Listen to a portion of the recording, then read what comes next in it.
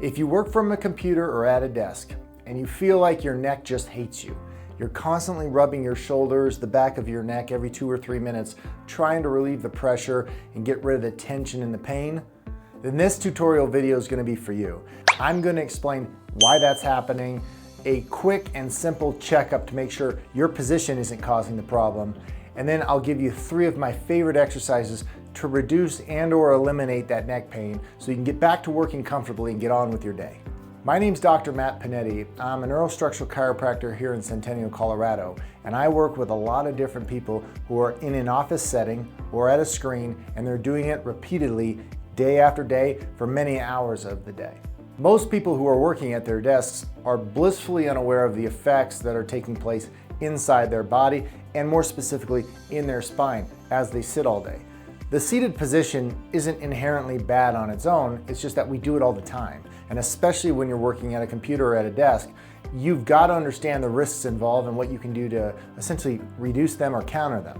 To start though, your head weighs about 12 pounds, and every inch your head moves in front of your body, it actually adds 10 to 12 pounds of weight just because of gravity and the physics involved.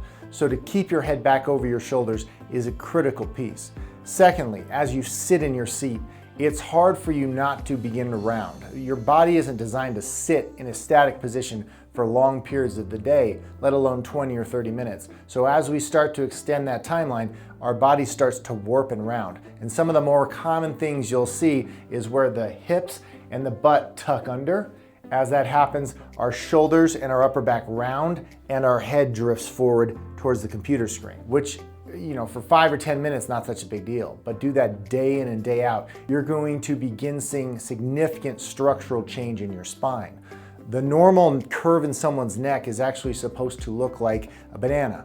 It should curve like that. However, as we start to get into this desk position, this office worker position, we actually start to change the structure of the neck and you'll lose that curve, which is a problem for many reasons. One of the biggest is your spinal cord sits back there and it actually gets kinked. You're also creating a ton of pressure on your neck and your shoulders, which is where a lot of that tension happens. That's why you feel the need to have to rub and try to massage your shoulders.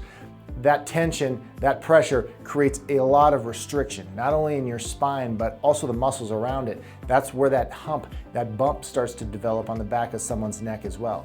To reduce that and alleviate that really comes down to the position you're sitting in every day and then what you're doing to counter the stress. So this is my 3-step checklist that you need to be running yourself through regularly throughout the day to make sure that your body is in a healthy postural position. First thing is your ears. Are they directly over your shoulders? They need to be. That helps to create that neck curve that I just mentioned. It takes the pressure and the load off of your upper back and your shoulders and places it directly on the neck muscles where it's designed to go. So are your ears over your shoulders? If they're not, if your head's out like this, bring it back. Second step, are your shoulders balanced? Is one shoulder higher than the other? If so, bring it down. Keep yourself balanced as you work on the computer. Sometimes that requires you to make sure that you are able to have your elbows at 90 degrees while you're working on your keyboard. If your shoulder's up like this, that's a problem to reach your mouse. If your arms are down like this, that can also be a problem. So make sure your shoulders are balanced, but also make sure that those elbows are at around a 90-degree angle. And then lastly, your head, how is it positioned? Is it positioned like this, looking at a different monitor, or are you looking directly at the monitor in front of you? If there is the need to look over to the left or to the right, rotate your body, rotate your chair so you can look directly at that. Because if you're spending even a 20 to 30 minute timeline every day looking at a 15-degree angle off to the side, you're going to create a lot of torque, pressure, and rotation in your neck that can cause problems for you long term. So seeing as you've gone through the ergonomic checklist when it comes to your neck, you've made sure that everything is in a complete and balanced state, you can work in a better place or comfortable place for longer periods of the day and not cause so many problems. You're still static though. It's still a problem. It's not ideal long term because again, our bodies weren't designed to do this all day, every day. So you need to be countering the amount of static, the amount of stress that you're creating every day with some exercises that will help you reduce the neck pain and all the discomfort you're getting, but also make sure that you're not promoting degeneration, arthritis, and structural core problems in your spine and your nervous system. So here's my 3 favorite exercises you should start implementing to reduce neck pain from work and just improve the function of your neck in general. In the previous section, I mentioned keeping your ears directly over your shoulders as part of our 3-step checklist. In order to do that, it comes down to tucking your chin and pulling your head back. We call these chin tucks. And whether you're doing it while you're working or afterwards, when you're in your car or hanging out at home watching a show on Netflix, this is the best way to do that, is to tuck your chin in, pull your head back, almost like you're making a double chin, and hold that position. 2, 3, even 5 seconds long, and then relax, bring your head back out, and then tuck it in again. And just rinse and repeat. You're not trying to strain your neck. We're not trying to go to 100% here, but trying to activate it, 50 to 60% of your maximum intensity. Just try to pull that chin in, hold it there for a period of time, and then relax. As you're doing that, you're releasing some of the tension and the tightness that naturally builds up on your trapezius muscles. Their job is to keep your head from falling too far forward. They're constantly engaged if you're looking at a computer screen like this. So to reduce that pressure, tucking your chin and pulling your head back allows them to relax and reduce some of the tension that you're probably experiencing. Consistently doing these exercises throughout the day is the best strategy, but if nothing else, do 10 of them in a set and multiply those sets, do 2 or 3 of them throughout the day. Now the second exercise, transparently, is my favorite exercise because it has so many aspects of your health that can be improved by doing it. It absolutely will help your neck pain from work, but it can help you in so many other ways outside of just your neck. It has to do with the posture and the positions. So again, going back to that previous section that we discussed earlier with the 3-step checklist to how you're sitting, this exercise goes along with that. What we're trying to do is get our shoulders and our upper back in a healthy position, because oftentimes we're rounded at the computer screen.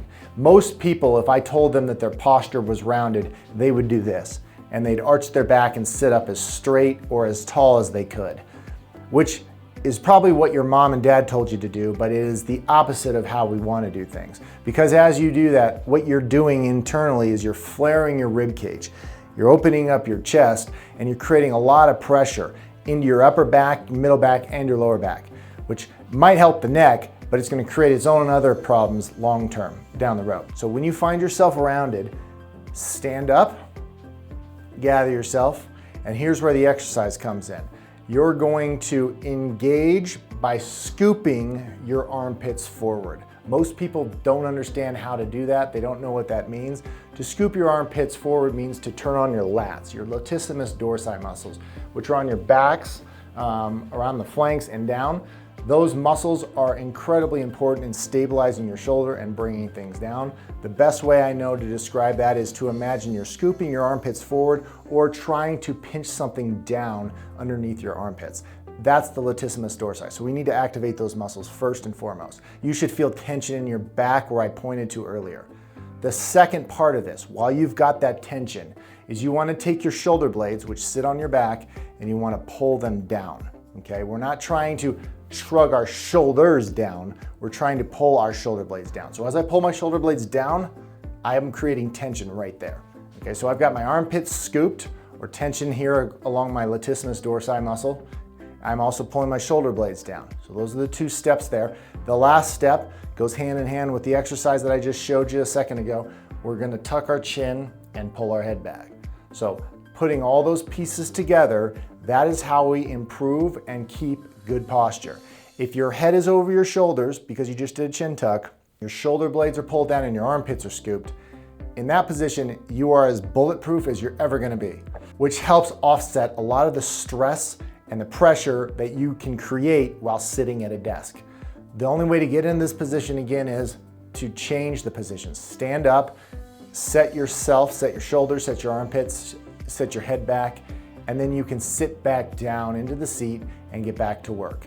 That position isn't going to last forever. No one can maintain that all time their entire lives. However, you want to be doing this more than you're not. So if you find that you've lost the position and you're rounded again, stand up, get back into it, and use this. Outside of the office though, when you're in your car, or you're at the grocery store, or you're at home working on the dishes, that's a great time to start practicing this motion or this position, keeping your body in a braced state a healthy posture, engaging these muscles. That's how you increase your level of health and offset the pressure and the tension you're creating in your neck. You're gonna reduce neck pain by doing this, but you're also gonna bulletproof yourself in a lot of other areas as well, which is why I love this exercise. The third exercise, the last exercise, is something that can be done at home. You're gonna be using something like this. It could be a foam roller. This is just a really hard inside of, I don't know what this was, wrapping paper or something like that. You're gonna place this behind your body, okay? With the top end going right behind your head at your skull, and the bottom part going right here on your tailbone. So it should run from a hard bone to another hard bone, straight down your spine. And when you lay on this, which you will, you're gonna have your knees bent. So knees bent on the floor, feet flat, but knees bent. Your body's laying on this roll, and your arms are outstretched like this, and you're gonna hold that position. You can do it for as little as 5 minutes. You can do it for as many as 20 minutes. But what you're doing is you're opening up the chest, the shoulders, and you're getting yourself into an extended position, which is something that most people are not in, especially if they're working at their desk or their computer screen. It's gonna save you. It's gonna offset a lot of the strain that you created during the day and help your body get back to square one, which is upright and in a balanced place. Not to mention, as you work at this computer, you're rounded. And as you're rounded, that's actually a stress position. We call it the fight or flight position. Your brain naturally starts to adopt this position when you're stressed for a long period of time. As you do this, your brain's also going to release cortisol, norepinephrine, adrenaline, and some of these other stress hormones that go hand in hand with that response. It's almost as if even if you weren't stressed at work, you didn't have any anxiety, you weren't upset about anything, if you're in this position like this, your brain is still triggered by the position, and it will still release a lot of these hormones and chemicals that it normally does when you're stressed. That's a problem. That's why there's so many issues with sitting in America. Sitting can cause heart disease, cancer, diabetes, stroke. It's linked to all those things. So to avoid that, we need to break that position and stay upright. Getting on that roll and laying on your back naturally gets you into the opposite position. It's not a fight or flight response, it's a rest and digest response. It's where all the healthy rebuilding, regrowth, repair processes happen in your body. That only happens when you're not stressed. So getting on something like that for 5 to 15 to 20 minutes during the day is gonna help boost and improve the time you're in parasympathetic mode or rest and digest, giving you more time to heal, giving your body more time to repair, and hopefully offsetting some of the neck pain and discomfort that you've experienced. I hope you guys learned something today. There's a lot that goes into these exercises, and they help you in a lot of other phases of your life, not just with your neck pain from work. That said, if you've got neck pain, you want to get rid of it, start with these exercises. I think they're going to help you. Enjoy. If you've got questions, comment below. And if you enjoyed the content, you want to find more or see more, make sure you like this video and subscribe to our channel. Thanks for watching.